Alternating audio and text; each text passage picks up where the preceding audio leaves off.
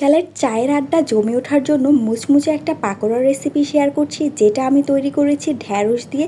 এটা ঢ্যাঁড়স দিয়ে তৈরি করলেও খেতে কিন্তু অনেক বেশি মজার হয়ে থাকে। চলুন দেখে নিই। এর জন্য এখানে আমি নিয়েছি ঢ্যাঁড়সগুলোকে আমি আস্ত খুব ভালো করে ধুয়ে পানিটাকে মুছে নিয়েছি। আর চেষ্টা করবেন একটু নরম ধরনের ব্যবহার করার জন্য, যাতে করে এটা শক্ত আটি আটি না হয়। এখন একটা ছুরি দিয়ে এটাকে আমি লম্বালম্বিভাবে পাতলা পাতলা স্লাইস করে কেটে নিচ্ছি। আমি আপনাদেরকে একটু কাছ থেকেই দেখিয়ে দিচ্ছি।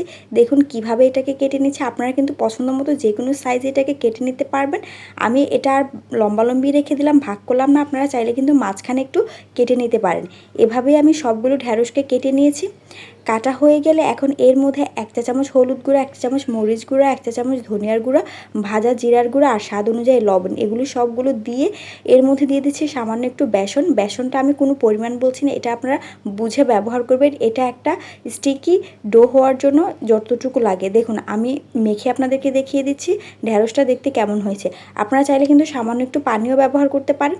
এখন অন্যদিকে চুলায় একটা প্যান গরম করে এর মধ্যে তেল দিয়ে আমি ভালো করে একে একে ঢ্যাঁড়সগুলোকে দিয়ে ভেজে নিচ্ছি। আর চুলার আঁচটা কিন্তু একদম লোতে করে ভাজবেন।